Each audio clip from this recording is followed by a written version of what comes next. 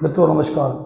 मित्रों, आपको मैं ज्योतिष सीखो चैनल के अंतर्गत या यूँ कह दीजिए जो क्लासें हम चला रहे हैं ज्योतिष की, अभी तक हमने आपको ग्रहों का क्रमांक क्या होता है, जैसे कि मेष राशि का 1 नंबर, कर्क राशि का 4 नंबर, धनु राशि का 9 नंबर, इस प्रकार फिर मैंने आपको बताए जो हमारी कुंडली में खाने होते हैं, उन खानों में या भाव में या हाउस कह लीजिए, इसमें जो जो भी भाव होता है वो भाव हमें क्या दिखाता है। जैसे कि हमारा प्रथम भाव व्यक्तित्व का था, सप्तम भाव पत्नी या व्यापार का था, छठा भाव रोग का था। तो इस प्रकार मैंने आपको पिछले एपिसोडों में बताने का प्रयास किया था। मित्रों, आज हम आपको ये बताने जा रहे हैं कि ग्रहों की दृष्टियां क्या होती हैं। तात्पर्य ये कि कोई जो आप 12 खानों का चक्र देखते हैं जन्म कुंडली का, तो उसमें जो ग्रह जहाँ बैठा होता है वो किस किस भाव को देखता है, ये बताने का मैं आज आपको प्रयास करूंगा। आप लोग कापी वगैरह ले लें और इसके नोट्स बनाएं कि ग्रहों की दृष्टियां क्या क्या होती हैं। हर ग्रह की दृष्टियां अलग अलग होती हैं, कुछ की कॉमन भी होती हैं। तो आज हम चालू करते हैं सूर्य से कि जो सूर्य ग्रह है हमारा, इसकी सप्तम दृष्टि होती है। सप्तम दृष्टि होती है सूर्य की, ये आपको याद करना है। अब देखिए, मैं आपको बताता हूं कि सप्तम दृष्टि से तात्पर्य क्या होता है। ये जो नए विद्यार्थी हैं उनको थोड़ा समझने में आसानी रहेगी। ये जैसे कि मैंने कुंडली बनाई, ये हो गया हमारा चक्र।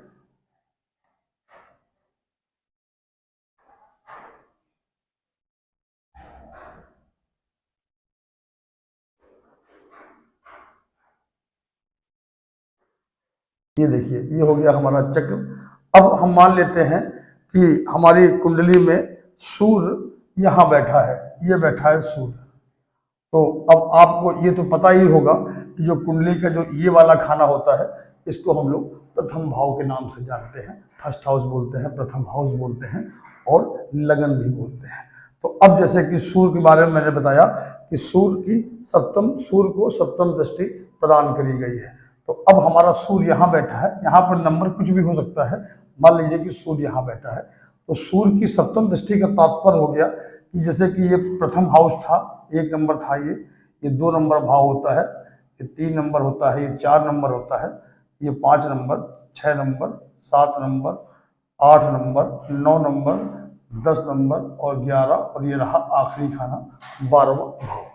तो अब सूर्य की सप्तम दृष्टि हमारे महर्षियों ने, ऋषियों ने, ज्योतिषियों ने सूर्य को 7वीं दृष्टि प्रदान करी है। तो इसका तात्पर्य क्या होता है, सूर्य यहाँ बैठा है तो आप यहीं से गिनेंगे 1, 2, 3, 4, 5, 6 और 7।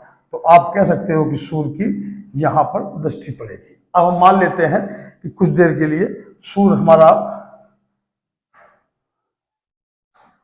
मान लेते हैं कुछ देर के लिए यहाँ बैठा था, ये रहा सूर्य।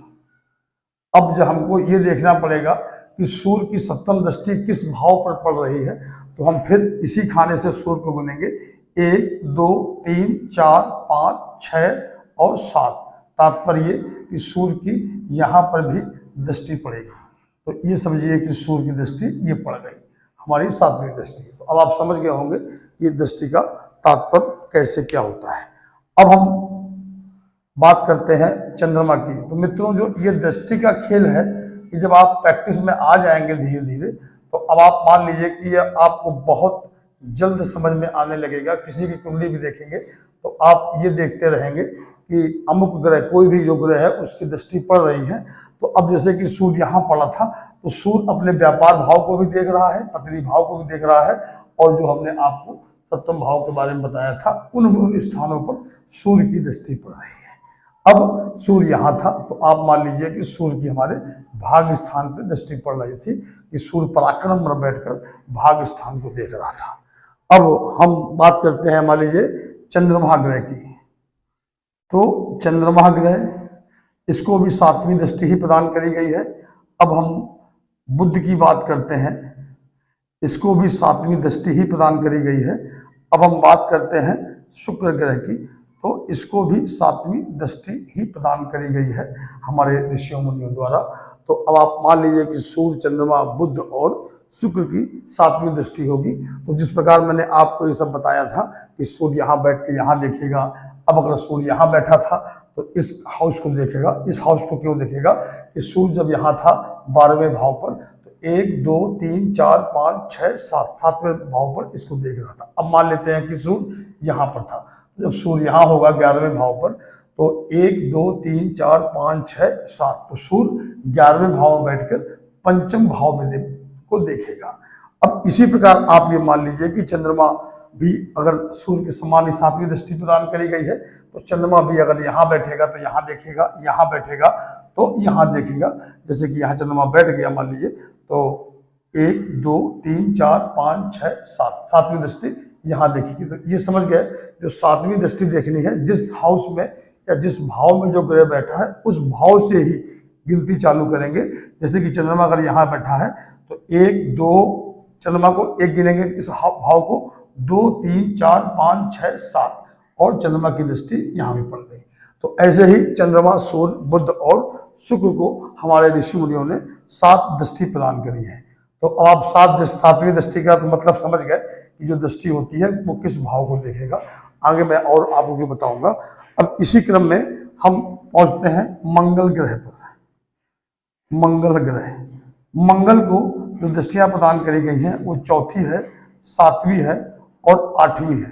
वैसे मैं आपको एक और बता दूं कि सारे ग्रहों को, जितने भी ग्रह होते हैं, सूर्य, चंद्रमा, मंगल, बुध, बृहस्पति, शुक्र, शनि, राहु और केतु, सबको 7वीं दृष्टि कॉमन प्राप्त है। कुछ ग्रहों को कुछ अलग से भी दृष्टियां प्रदान करी गई हैं, मैं उसके बारे में भी आपको बताऊंगा। जैसे कि मान लीजिए कि मंगल को हमने बताया कि 4थी, 7वीं और 8वीं दृष्टि दी गई है। तो अब हम मंगल ग्रह की बात करते हैं। मान लीजिए हमारा मंगल यहाँ बैठा था, जब हमारा मंगल यहाँ बैठेगा तो मंगल की एक दृष्टि है 4थी, दूसरी 7वीं और तीसरी 8वीं दृष्टि है। तो 4थी दृष्टि को देखेंगे तो 1 2 3 और 4, तो मंगल आपकी यहाँ भी दृष्टि मारेगा। और फिर 7वीं बात करेंगे तो 1 2 3 4 5 6 7, यहाँ 7वीं दृष्टि आएगी मंगल की। और 1 2 3 4 5 6 7 और 8वीं दृष्टि यहाँ पर आएगी मंगल की। तो आप समझ गए, ये जो हमारा मूल जो ग्रह बैठा था मंगल, वो बैठा था 11वें भाव पे। यहाँ से बैठकर ये द्वितीय भाव, पंचम भाव और षष्ठ भाव को देखेगा। तो जो भी इसके परिणाम, जिस तरह का मंगल होगा, अच्छा, खराब, उच्च का, नीच का, पीड़ित, वो जहाँ जहाँ दृष्टि डालेगा वो, तो आप उन भावों को भी देखेंगे। फिलहाल आप याद करें कि किस ग्रह की कौन सी दृष्टि होती है। अब इसी क्रम में मित्रों हम मंगल के बाद बढ़ते हैं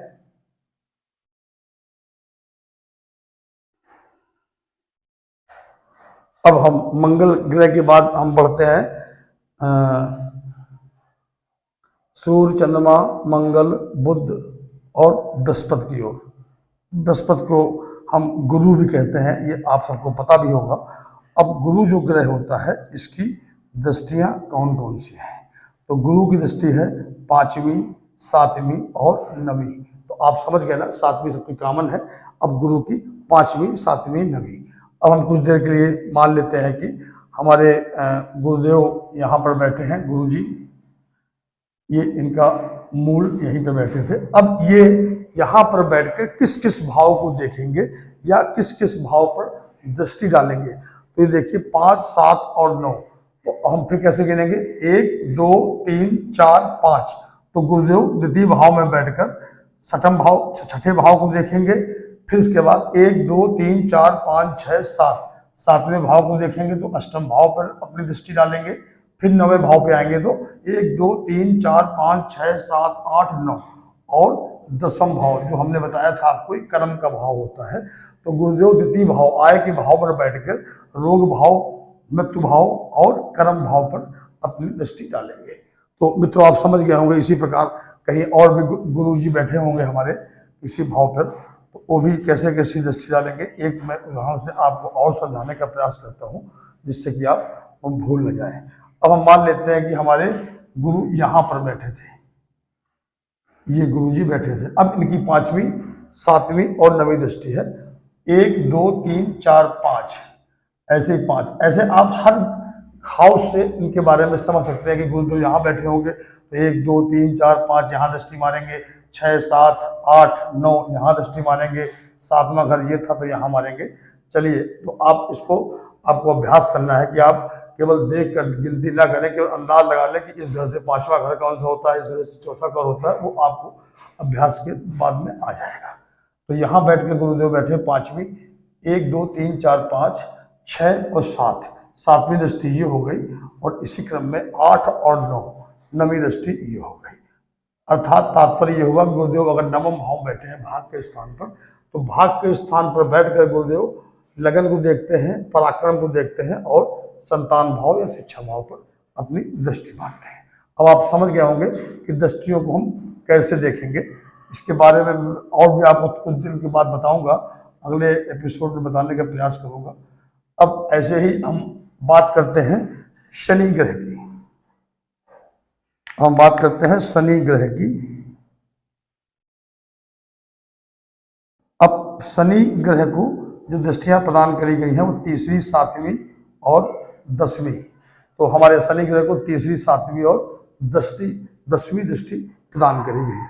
तो उसी क्रम में अब आप समझिए कि हमारे शनिदेव मान लीजिए कि व्यापार भाव या विवाह के भाव में बैठे हैं, सप्तम भाव पर, तो अब इनकी जो दृष्टि थी तीसरी, सातवीं और 10वीं, तो 1 2 3, तो शनिदेव यहाँ दृष्टि मारेंगे, 4 5 6 7 यहाँ दृष्टि मारेंगे, 8 9 और 10 और 10वीं दृष्टि यहाँ पर मारेंगे। तो आप ये कह सकते हैं, हमने गोला ये इसलिए बनाया है कि आप थोड़ा सा भूल न जाए कि जो मूल शनिदेव किस भाव में बैठे थे, इसके लिए आपको हमने गोला बना दिया है। इसके पहले भी जो बताया था उस पर भी गोला बनाया था।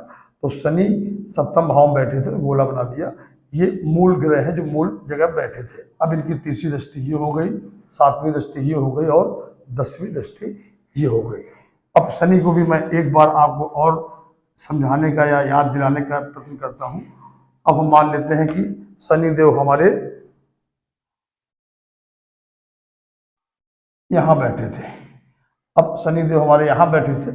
ये नंबर मित्रों हर जन्म पत्रिका में अलग अलग हो सकता है, आपको इस पर ध्यान नहीं देना है। जितना मैं बता रहा हूं, पहले आपकी दृष्टि बता रहा हूं, तो दृष्टि आप ध्यान रखिए कि वो तीसरी दृष्टि कैसी पड़ेगी, सातवीं कैसी, मतलब जिसकी जो दृष्टियां हैं वो कैसी पड़ेंगी। आपको भ्रमित नहीं होना है कि किसी कुंडली में यहाँ पे 10 नंबर लिखा है तो किसी कुंडली में 5 नंबर हो सकता है, किसी कुंडली में 3 नंबर भी हो सकता है। तो आपको अभी इस पर भ्रम नहीं पालना है, आपको केवल दृष्टियां याद करनी है। तो अगर मूल शनि यहाँ बैठे हैं 2 और 3, तो शनि की दृष्टि यहाँ पड़ेगी। 4 5 6 और 7वां घर ये हो गया, तो शनिदेव 10वें भाव में बैठकर यहाँ भी दृष्टि डालेंगे। अब इसके बाद 10 8 9 10, तो कहने मतलब 10वीं, शनिदेव यहाँ बैठे थे, तीसरी दृष्टि कहाँ मारेंगे, 2 1 2 3 4 5 6 7वें में, 8 9 और 10वें में। तो आप समझ गए होंगे कि हम दृष्टियों का आकलन इस हिसाब से कैसे करेंगे। अब हम बात करते हैं राहु और केतु। राहु केतु छाया ग्रह होते हैं, आपको जानकारी होगी।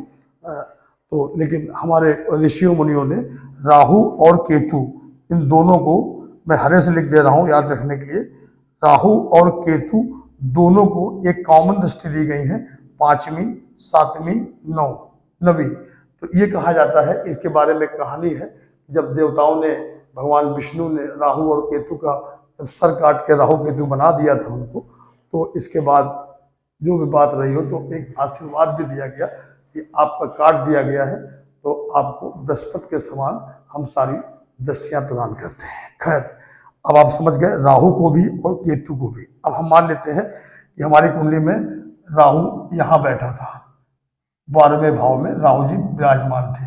तो इनकी दृष्टियां क्या है, 5 7 और 9। तो 1 2 3 4 5, ये 5वीं दृष्टि राहु की हो गई।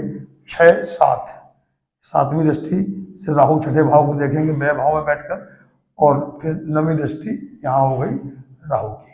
तो राहु जी अगर यहाँ बैठेंगे तो 1 2 3 4 5वें भाव से देखेंगे, 6 7, 7वीं दृष्टि ये हो गई, 8वीं और 9वीं, जैसा हमने बताया था 5 7 9 इनकी दृष्टि है। और इसी प्रकार सेम जो राहु को दृष्टि प्रदान करी गई है वो केतु को भी प्रदान करी गई। इसके पहले हमने आपको गुरुदेव के बारे में बताया था कि बृहस्पति देवता को भी या बृहस्पति ग्रह को भी सेम दृष्टियां प्राप्त दी गई हैं जो कि राहु और केतु को दी गई है। अब इसी क्रम में हम मान लेते हैं कि केतु हमारे संतान भाव में बैठा है, संतान भाव में केतु या पंचम भाव में केतु बैठकर 5वीं, 7वीं और 9वीं जैसे कि राहु की दृष्टियां हैं, इसी प्रकार ये भी दृष्टि डालते हैं। तो 1, 2, 3, 4, 5, तो संतान भाव में केतु बैठकर 9वें भाव को देखते हैं, 6, 7 और फिर 11वें भाव को भी देखते हैं। और उसी प्रकार ये हो गया 9वां लगन, 1, 2, 3, 4, 5वीं दृष्टि है, 6, 7वीं दृष्टि है, 8 और 9वीं दृष्टि है। अब मित्रों आप समझ गए होंगे कि हमने जो आपको दृष्टियों के बारे में बताया है, तो चंद्रमा, मंगल, सूर्य, चंद्रमा, मंगल और बुध को केवल सप्तम दृष्टि प्रदान करी गई है और बृहस्पति, राहु और केतु को 5, 7 और 9वीं दृष्टि प्रदान करी गई है। इसी प्रकार शनि देवता को 3री, 7वीं और 10वीं दृष्टि प्रदान करी गई है और हमारे मंगल देवता को 4थी, 7वीं और 8वीं दृष्टि प्रदान करी गई है। तो आप इनको कंठस्थ कर लें, याद कर लें, नोट्स बना सकते हैं। मित्रों अब इसी क्रम में मैं अगले दिन आपको कुछ नया बताने का प्रयास करूंगा। आप लोग हमारे इस चैनल को अधिक से अधिक लाइक और सब्सक्राइब कराएं और जो ज्योतिष के सीखने के इच्छुक लोग हों उनको भी बताएं कि इस तरह के चैनल में ज्योतिष सीखो नामक एक हम क्लास चला रहे हैं और मैं प्रयास करूंगा कि धीरे धीरे आपको ज्योतिष संबंधी जो भी बारीकियां होती हैं वो मैं आपको बताने का प्रयास करूंगा। आप YouTube पर जाएं, पंडित दिलीप तिवारी बोले, हमारा नाम आएगा, हमारा चैनल आ जाएगा, उसको आप सब्सक्राइब कर लें। और मित्रों यदि आपको लगता है कि जो मैंने पढ़ाया उस पढ़ाई के संबंध में आपके कुछ मन में डाउट्स हैं तो आप कमेंट करके उस समस्या को हमसे पूछ सकते हैं। नमस्कार।